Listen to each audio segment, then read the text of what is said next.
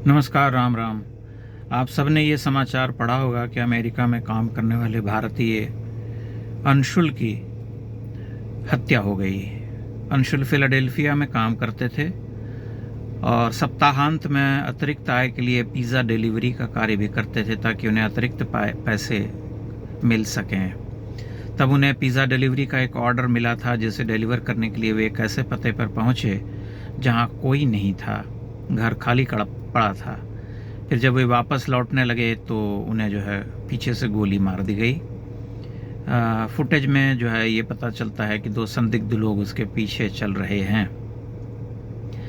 इस घटना के बाद अंशुल के परिजनों ने, उसके माता पिता ने ये आरोप लगाए हैं कि एक षड्यंत्र के तहत अंशुल को वहाँ बुलाया गया क्योंकि वहाँ कोई रहता नहीं था, और जब अंशुल वहाँ पहुँचा तो वहाँ उसे गोली मार करके उसकी जान ले ली गई।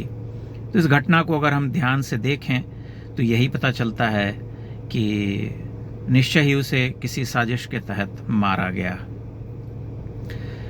पिछले कुछ वर्षों में अमेरिका में रहने वाले बहुत बड़ी संख्या में जो छात्र पढ़ाई करते हैं या नौकरी करते हैं उनकी हत्या की घटना हुई है। 2023 में संपूर्ण यूरोप और अमेरिका में 86 ऐसे मामले हुए थे जिसमें कि बहुत ही खतरनाक किस्म के अपराध को अंजाम दिया गया था या भारतीय छात्रों के साथ बदसलूकी हुई। 2024 में संभवतः 11 छात्रों की मृत्यु हुई थी अमेरिका में, छात्र या काम करने वाले। इसी तरह से हर साल जो है आप पाएंगे कि एक बड़ी संख्या में भारतीय छात्र जो अमेरिका में पढ़ने के लिए या काम करने के लिए जाते हैं वे मारे जाते हैं, उन्हें गोली मार दी जाती है या किसी न किसी ऐसी परिस्थिति में उनकी मृत्यु हो जाती है जो कि संदेहास्पद हो। परंतु अमेरिका को एक स्वप्न देश मानने वाले बहुत सारे लोग जिन्हें मैं देखता हूँ, जिनसे परिचित हूँ, जो ये कहते हैं कि अरे अमेरिका और भारत में तो वही अंतर है जो कि मतलब किसी महल और झोपड़ी में होता है।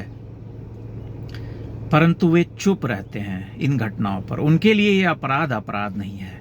भारत में अगर कुछ घटित हो जाए, कुछ छोटा सा हो जाए, तो ये छाती पीटना शुरू कर देते हैं। तत्काल प्रभाव से भारत की सरकार, भारत की सुरक्षा व्यवस्था, समाज, इन सबको कोसना जो है चालू हो जाता है। लेकिन अमेरिका में जब कोई भारतीय छात्र मारा जाता है, उसे गोली मार दी जाती है, तब सब कुछ हरा हरा रहता है क्योंकि वह अमेरिका है।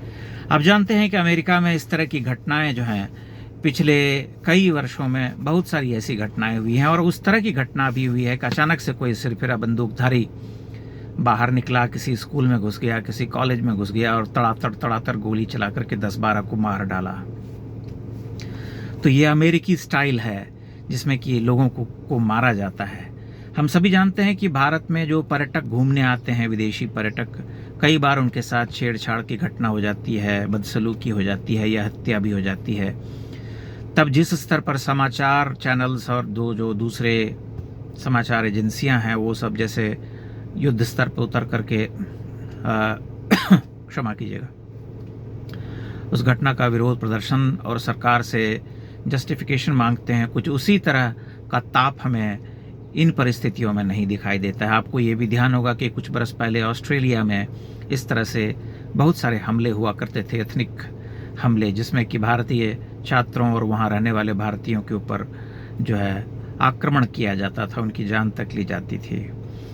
परंतु भारत के इतिहास को, भारतीय समाज को, भारत के वर्तमान सरकार को आए दिन कोसने वाले और इसे पुरुष प्रधान शोषण मूलक समाज कहने वाले लोग इन सभी घटनाओं पर क्यों चुप्पी साध लेते हैं, यह हमारी समझ से परे है।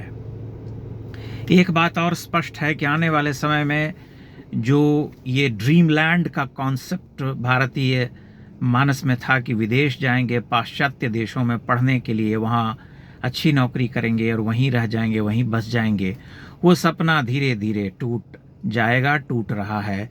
क्योंकि आने वाले समय में परिस्थितियाँ जो हैं, वैश्विक परिस्थितियाँ, वो बदल जाएंगी, अभी से बदलने लगी हैं। बल्कि अमेरिका के प्रति जो ललक पहले थी भारतीय समाज में, वो ललक अब नहीं है।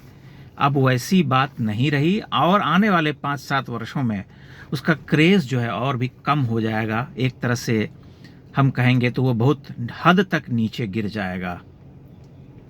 क्योंकि भारत में भी परिस्थितियां बदल चली हैं और मैं बहुत आशान्वित हूं कि अगले 5, 7, 10 वर्षों में भारत जो है एक विकसित देश के रूप में उठ खड़ा होगा। भले ही भारत के सामने बहुत बड़ी बड़ी चुनौतियां हैं, अपार समस्याएं हैं, विकराल जनसंख्या है, बहुत सारी जटिलताएं हैं, सभ्यतागत जटिलताएं हैं, लेकिन सबसे ये देश जो है पार पा जाएगा। क्योंकि हम सपने देखते हैं विदेश में जाकर के मोटी कमाई करने का, एक अच्छा जीवन बिताने का, परंतु वहाँ जाकर के गोली खा के मर जाने का क्या तुक है। उससे तो बहुत बेहतर है कि आदमी जो है अपने देश में रहे, भले ही उसे कम पैसे मिलें, भले ही उसके सामने कुछ और समस्याएं हों, परंतु अपने देश में रह करके जीवन सुरक्षित रखना जो है वो बेहतर है, न कि अमेरिका जाकर के किसी ऐसे अपरिचित व्यक्ति के हाथों मारा जाना जिसको हमने कभी देखा भी नहीं या जिससे हमारी कोई शत्रुता नहीं रही। इससे एक बात ये भी स्पष्ट हो जाती है कि भारत को जिस तरह से ये कहा जाता है या दाग लगाया जाता है कि यहाँ जो है जातिगत झगड़े ये वो हैं, वो तो है, लेकिन अमेरिका जैसे कथित विकसित देश भी इससे मुक्त नहीं है, क्योंकि वहाँ भी लंबे समय तक अश्वेत और श्वेत के बीच में संघर्ष रहा है और आज भी वो पूरी तरह से उसे समाप्त नहीं कर सका है। इसलिए अमेरिका की इस घटना का हम यही आकलन करते हैं कि हमारा देश का जो एक गिरोह है जो आए दिन भारतीय समाज को, सरकार को, इस देश की बहुल जनसंख्या को कोसता है, उन्हें बाहर निकल करके इस घटना का भी विरोध करना चाहिए, थोड़ी डफली बजानी चाहिए अगर शर्म बाकी हो तो। क्योंकि अमेरिका को ड्रीमलैंड मानने वाले देशों के सामने इस तरह की घटना जब हो जाती है तब वे चुप्पी साध करके बैठ जाते हैं। ये एक अत्यंत ही दुखद घटना है। हम समझ सकते हैं कि वह अंशुल बहुत सारे सपने लेकर के अमेरिका गया होगा, उसके माता पिता के ऊपर क्या बीत रही होगी ये कल्पना से परे है। परंतु हर ऐसी घटना के बाद हम केवल अफसोस करते हैं और भारत में अगर भूल चूक से ऐसी घटना हो जाए तो पूरे देश को जो है सिर पर उठा लेते हैं, क्योंकि तब हमारे पास कोई ऑप्शन नहीं होता है। आज ये घटना हुई है तब हमें इसका विरोध करना चाहिए, उसी स्तर पर विरोध करना चाहिए और इसकी जवाबदेही तय होनी चाहिए कि अमेरिका जैसे महान देश, कथित महान देश, यह क्यों नहीं बताने को बाध्य है कि भला भारतीय छात्र या भारतीय निवासियों के जीवन की सुरक्षा का क्या है, वहाँ पर कौन इसकी गारंटी लेगा? क्या आए दिन इसी तरह भारतीय छात्र वहाँ पर मारे जाएंगे और अमेरिका जो है चुप्पी साधे बैठा रहेगा? इन प्रश्नों का उत्तर तो मिलना चाहिए, क्योंकि सिर्फ इस